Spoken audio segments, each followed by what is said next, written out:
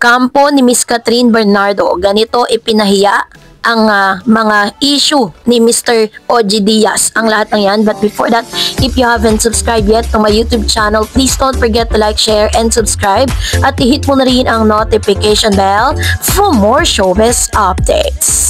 Bago tayo of course magpatuloy sa ating updates for today's video, nais ko pong pasalamatan kayo for always watching and trusting this channel. Thank you so much sa inyong laging panonood at palagi ang pagsubaybay sa mga updates natin. Maraming salamat po.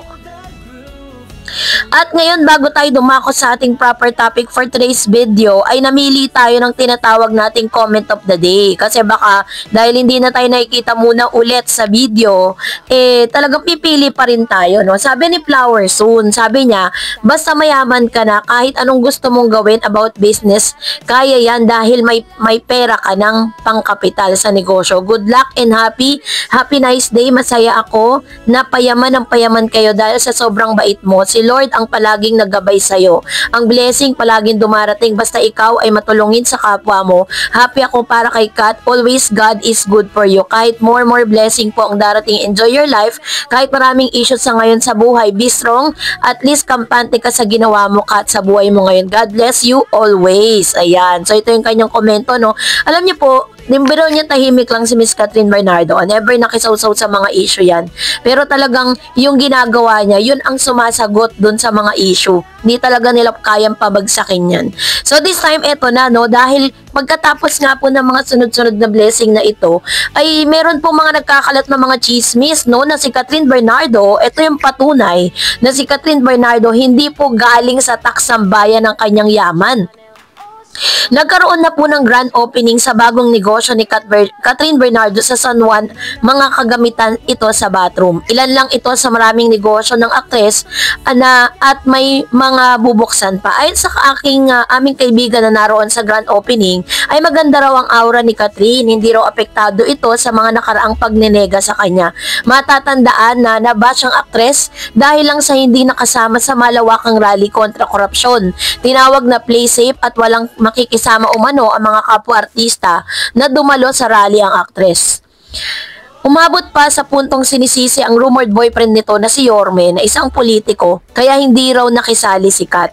Todo pagtatanggol naman ng mga fanay ni Catherine, wala man daw ang presensya ng aktres, nandoon naman daw ang suporta nito sa pinaglalaban ng mga kapwa niya artista. Pinuri nga nila ang mga idolo, at least daw ang yaman ng aktres ay lihitimo na galing sa kanyang mga negosyo at pinagpaguran at hindi raw sa tax ng bayan. So ganito katindi ha, grabe po kung husgahan ang isang Catherine Bernardo at sa kanyang ipinapakita, yumayaman siya hindi dahil siya ay nagnanakaw sa government.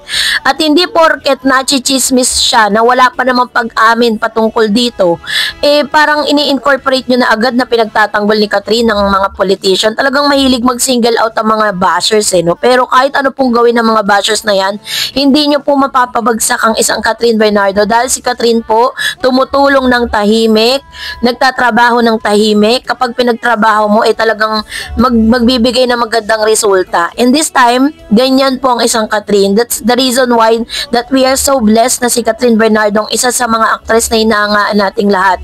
Dahil nasa kanya na po lahat ng karakter, no? Nasa kanya na po yung although hindi siya perfecto, no? Pero sa isang video, nilinis na din ni Mr.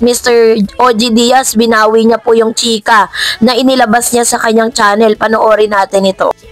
Dahil lumabas sa atin, pati umano'y nag-live-in na raw itong si Mayor Alcala at si Catherine Bernardo. Di meron naman nagpahatid sa atin na oy OG, pakilinaw naman, hindi totoo yung sinasabi ni Jex na nag-live-in na si Catherine at si Mayor. Bakit? Yun lang kasi sinabi, hindi raw totoo yun. Sabi nung nakausap ko from ABS-CBN, hindi raw totoo yun. So, syempre sa akin, okay lang naman. Di, yan, sinasabi namin ngayon. Tito OG, may nagsabi nga sa akin na totoo daw yung chika ni Jex, na naglilibin na nga doon sa isang condo. So anyway, yun nga rin hindi na whatever. Kung naglilibin man sila, sino naman tayo para manghimasok, no? At saka nasa edad na sila. Nasa edad na sila. Alam na nila ang ginagawa nila. Diba? Anong mali? Yung kung nagsasama. Diba? Oo. Ano nila? Siguro sa iba mali kasi hindi ina-announce, hindi binabalita. Diyos ko, alam niyo, iba yung showbiz, iba yung personal. Kung personal, bigay natin sa kanila. Personal pala Tito OG, bakit binabalita niyo dito? Taga-showbiz si Catherine. Ako nga pala. Balita naman yan, hindi ba? O yun yung sinasabi ko. Teka lang, Nay. Si Catherine hinahanap din ng ibang netizen sa radyo. Ba't daw wala siya? Yun nga, Diyos ko, lahat na dapat ando ng artista. Siyempre, Base po sa narrative ni Mr. OG Diaz, may lumapit po sa kanyang kampo ni Miss Catherine Bernardo para po linawin ang issue na ipinakakalat ng kanyang channel na may ka-live-in na nga daw or nagli-live-in na nga daw si Catherine at saka yung kanyang rumored boyfriend na bagay na itinama ni Mr. OG Diaz sa kanya pong showbiz now na. Sinabi niya dito na may lumapit sa kanya na very close kay Miss Catherine Bernardo at itinanggi ang aligasyon na may live-in na era na po si Miss Catherine.